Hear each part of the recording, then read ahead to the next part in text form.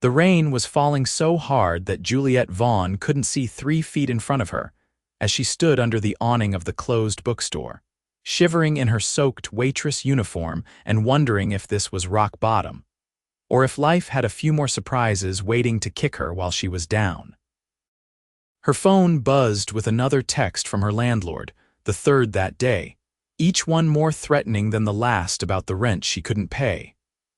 The diner had cut her hours again, and her bank account was so empty it might as well have been a black hole. She pressed her palm against her eyes, refusing to cry because tears wouldn't fix anything, and she was tired of feeling sorry for herself. "You look like you could use this more than me." Juliet looked up to find a man holding an umbrella, his other hand extended with a steaming cup of coffee. He was tall, broad-shouldered, with dark hair plastered to his forehead from the rain and eyes that were an unusual shade of gray. He wore an expensive-looking coat that was somehow still pristine despite the weather. "I don't take charity," she said automatically, even though the coffee smelled like heaven and she was freezing. "It's not charity, it's basic human decency." He pushed the cup closer. "Besides, I bought 2 by accident. The barista thought I said double when I meant decaf." It was obviously a lie, but something about the way he said it, without condescension or pity, just matter-of-fact kindness, made her accept it. Her fingers wrapped around the warm cup and she nearly groaned with relief. "Thank you," she said quietly. He nodded and stood beside her under the awning, his umbrella dripping water onto the concrete. They didn't speak for a moment, just 2 strangers watching the storm rage. "Rough day?" he asked finally. "Rough month." "Rough year, actually." She didn't know why she was being honest with this stranger. Maybe it was because she'd never see him again, or maybe she was just too tired to pretend anymore. "I'm sorry. You don't need to hear about my problems." "I've got nowhere to be for another 20 minutes, he said. "And sometimes it helps to talk to someone who doesn't know your whole story." So she told him. Not everything, but enough. About losing her scholarship when her mom got sick and she had to drop out of college to take care of her. About her mom passing away 6 months ago, leaving Juliet with nothing but medical debt and grief. About working double shifts at the diner and still barely making rent on her studio apartment in the worst part of town. He listened without interrupting, without offering empty platitudes or solutions she'd already considered and dismissed. When she finished, he was quiet for a moment. "You're stronger than you think," he said. "Most people would have given up by now. I'm too stubborn to give up. Or too stupid to know when to quit. There's a difference between quitting and knowing your worth." He turned to look at her fully, and something in his expression made her heart skip. "You deserve better than this. You know that, right?" Deserving something and getting it are 2 different things. They don't have to be. He reached into his pocket and pulled out a business card, pressing it into her hand. "I own a restaurant downtown, Thornton's. We're looking for someone to manage the front of house. It pays well, better than what you're making now, I'd bet. And there's health insurance, benefits, all of that." Juliet stared at the card, at the name embossed in gold lettering. "Oliver Thornton, owner and executive chef. I can't accept this. You don't even know me. I know you showed up to work in a storm bad enough that most people called in sick. I know you took care of your mom when you could have walked away. I know you're still fighting even when everything seems hopeless." He met her eyes. "That's enough for me. Why are you doing this?" "Because someone did something similar for me once and I'm paying it forward." He glanced at his watch. "I have to go, think about it, call tomorrow if you're interested." Before she could respond, he stepped out into the rain, and she watched him disappear into the downpour, her hand clutching the business card like a lifeline. She called the next morning, not because she thought it would lead anywhere, but because she had nothing left to lose. A week later, she was standing in Thornton's, wearing clothes she'd borrowed from her neighbor because she didn't own anything nice enough for an interview, trying not to gape at the elegant interior and the prices on the menu that made her monthly rent look like pocket change. Oliver showed her around himself, introducing her to the staff, explaining the systems and expectations. He was different here, more commanding, moving through the space with the confidence of someone who had built something from nothing and knew its worth. But when he looked at her, his expression softened into something warmer. "What do you think?" he asked after the tour. "I think this is way out of my league. Good thing I disagree." He led her to his office, a surprisingly modest space tucked behind the kitchen. "Here's the truth, Juliet. I need someone who understands what it's like to struggle, someone who won't look down on customers who are saving up for months to afford one meal here. Someone with empathy and grit. You have both. You're taking a huge gamble on me." "I don't gamble. I make calculated investments." He leaned against his desk. "The job is yours if you want it. Starting salary is $50,000 a year, plus tips that you'll split with the front-of-house staff. Health insurance starts immediately. I'll cover the cost of any uniforms you need." Juliet's knees went weak. $50,000 was more money than she'd ever imagined making. It was enough to pay off her debt, to actually save something, to stop living in constant fear of the next disaster. "When do I start?" His smile transformed his entire face. "Monday work for you?" She started Monday, and it was harder than anything she'd ever done. The customers were demanding, the pace relentless, the stakes high. But Oliver was patient, teaching her the nuances of fine dining, the unspoken rules that separated a good restaurant from an exceptional one. He worked alongside his staff, not above them, rolling up his sleeves during the dinner rush and staying until every surface was clean.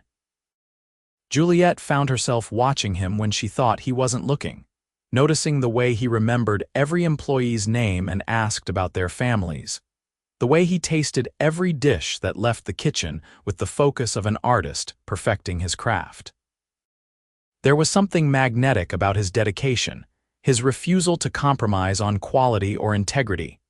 2 months in, she was sitting in the office after close, going over the reservation system, when Oliver brought her a plate of food. "You need to eat," he said, setting it in front of her. "You've been here for 12 hours, so have you. I'm used to it." He sat down across from her with his own plate. "How are you settling in?" "Better than I expected. The staff is great, and I feel like I'm actually learning something valuable." She took a bite and nearly melted. "This is incredible. What is it?" "Something new I'm testing. Braised short ribs with a red wine reduction and roasted root vegetables." He watched her reaction carefully. "Too much time, it's perfect." She took another bite, savoring it. "You're really talented, Oliver." He looked almost embarrassed, which was strange for someone who clearly knew his worth. "I fell in love with cooking when I was a kid. My mom worked 3 jobs, so I learned to make dinner for my siblings. It was the one thing I could control when everything else was chaos." "I didn't know you had siblings." 3, all younger. "They're the reason I worked so hard, why I pushed myself to be successful." He set down his fork. "I wanted to prove that we could make it, that we weren't destined to repeat the cycle of poverty." "Did you always want to own a restaurant?" "Not always. I spent years working in other people's kitchens, learning everything I could, saved every penny. When I finally had enough to strike out on my own, I was terrified." He smiled at the memory. "But I knew I'd regret it if I didn't try." "How long ago did you open Thornton's?" 5 years. It took off faster than I expected. Within 2 years, we had a Michelin star. Within 3, I was able to open 2 more locations in other cities." He paused. "I'm not trying to brag. I just want you to know that success isn't about where you start. It's about refusing to give up." Juliet felt something shift in her chest, a warmth that had nothing to do with the food. "Thank you for giving me a chance. I know you didn't have to." "I wanted to." The way he said it, quiet and certain, made her pulse quicken. "You remind me of myself back when I was fighting to survive." "I saw something in you that day in the rain." "What did you see?" "Someone worth knowing." The months blurred together in a haze of long shifts and late nights, of learning and growing and slowly becoming someone Juliet barely recognized. She paid off her debt. She moved into a better apartment. She started taking online classes again, working toward finishing her degree. And through it all, Oliver was there, a steady presence that she found herself leaning on more than she should. They fell into a routine. After closing, they'd sit in his office and talk about everything and nothing.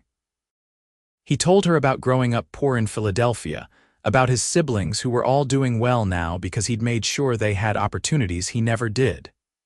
She told him about her mom, about the guilt she still carried for not being able to save her, about the dreams she'd put on hold. "You talk about your mom like you failed her," Oliver said one night, his voice gentle. "But from everything you've told me, you gave her everything you had. That's not failure, that's love. It doesn't feel like enough. It never does, but I guarantee she was proud of you. How could she not be?"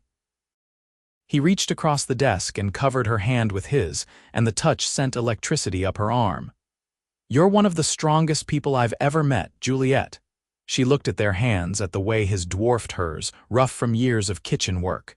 "You barely know me." "I know you better than you think." He pulled his hand back, and she immediately missed the warmth. "I should let you go home. It's late." But neither of them moved, and the air between them felt charged with something unspoken. Juliet's heart was pounding so hard she was sure he could hear it. "Oliver," she started, not sure what she was going to say. "Don't." He stood abruptly. "I'm sorry, I shouldn't have. You work for me, and that makes this completely inappropriate." "Makes what inappropriate?" "Me wanting to kiss you every time you walk into a room." The confession hung between them, raw and honest. "I've been trying to ignore it, trying to be professional, but I can't stop thinking about you." Juliet stood, her legs shaky. "What if I've been thinking about you too? Then we have a problem." He ran his hand through his hair, a gesture she'd learned meant he was stressed. "Because I'm your boss, and there's a power dynamic here that makes this complicated. So we'll figure it out." She took a step closer.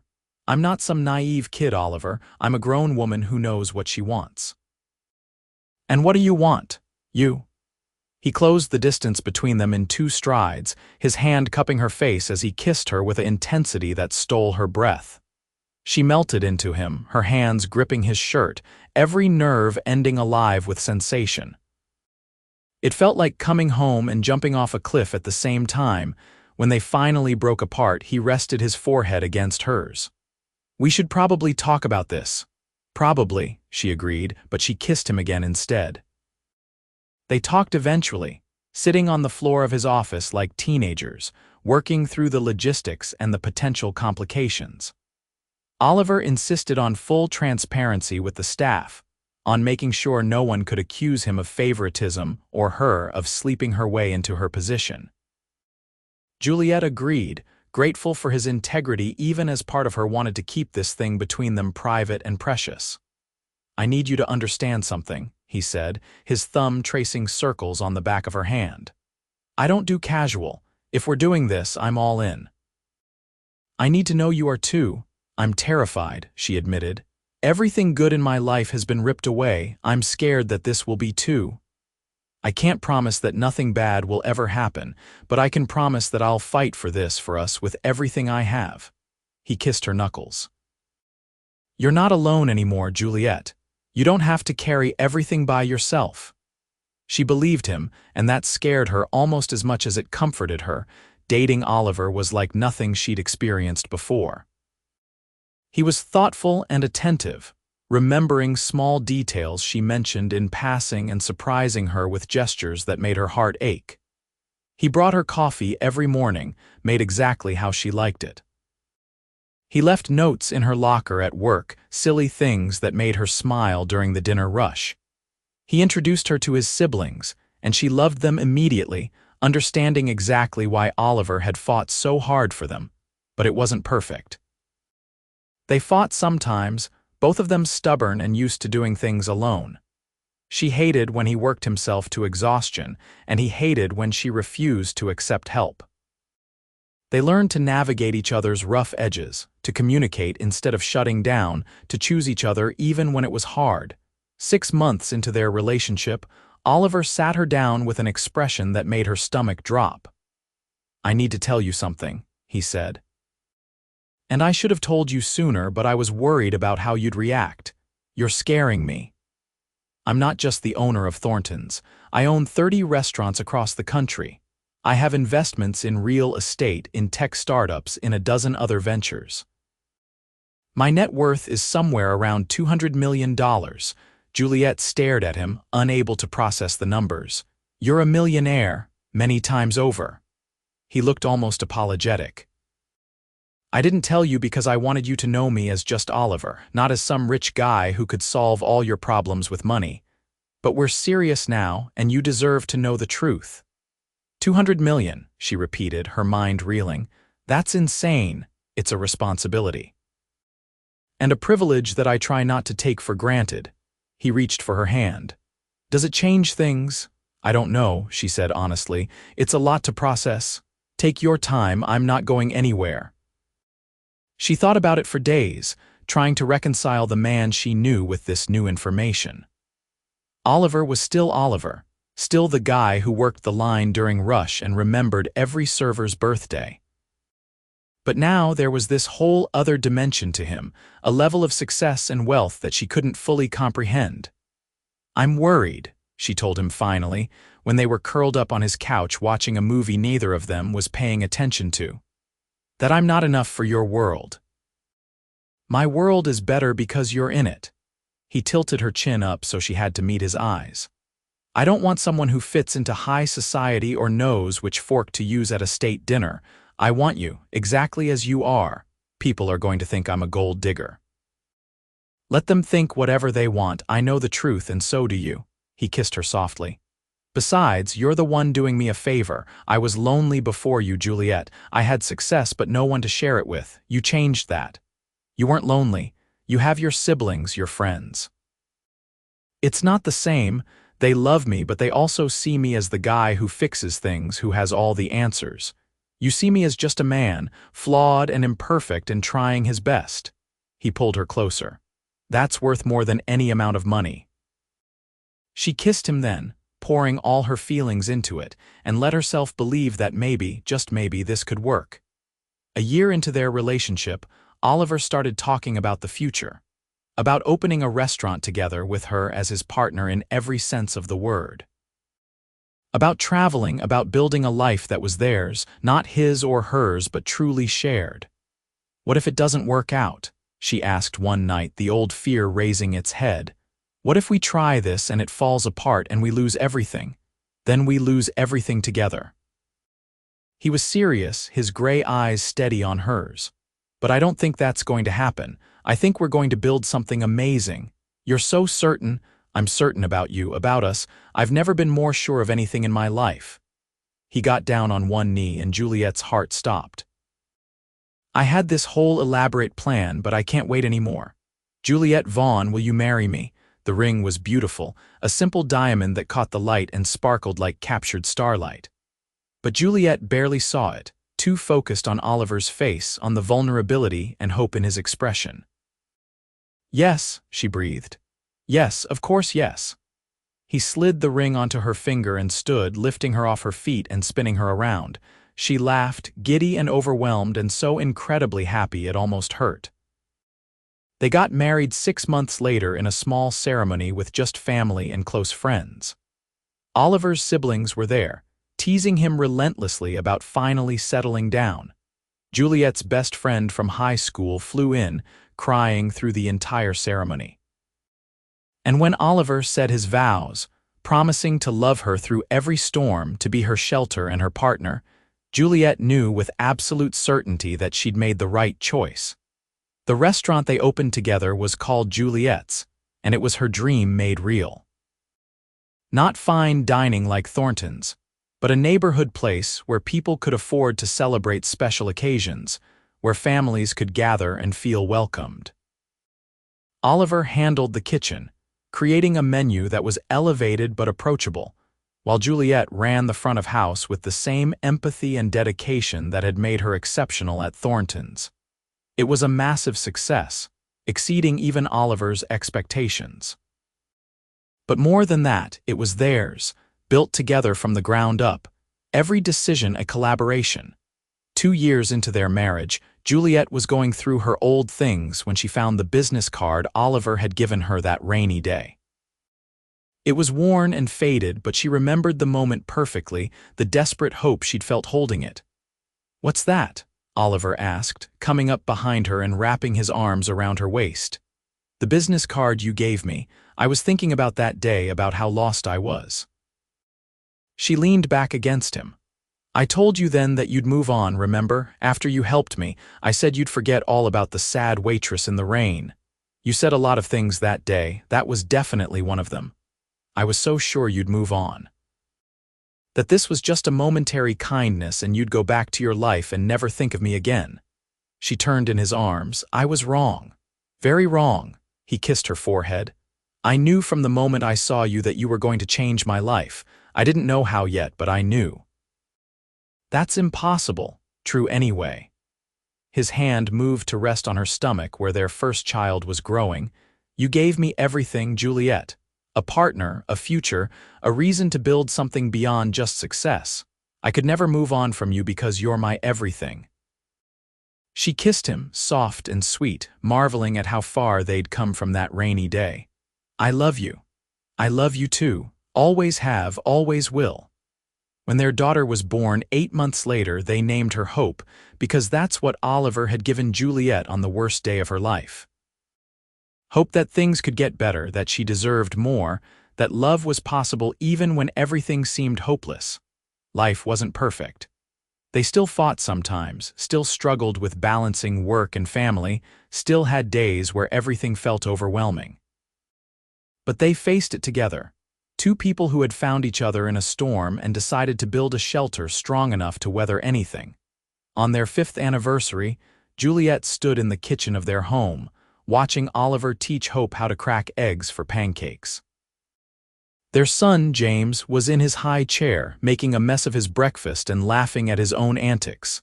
It was chaotic and loud and absolutely perfect.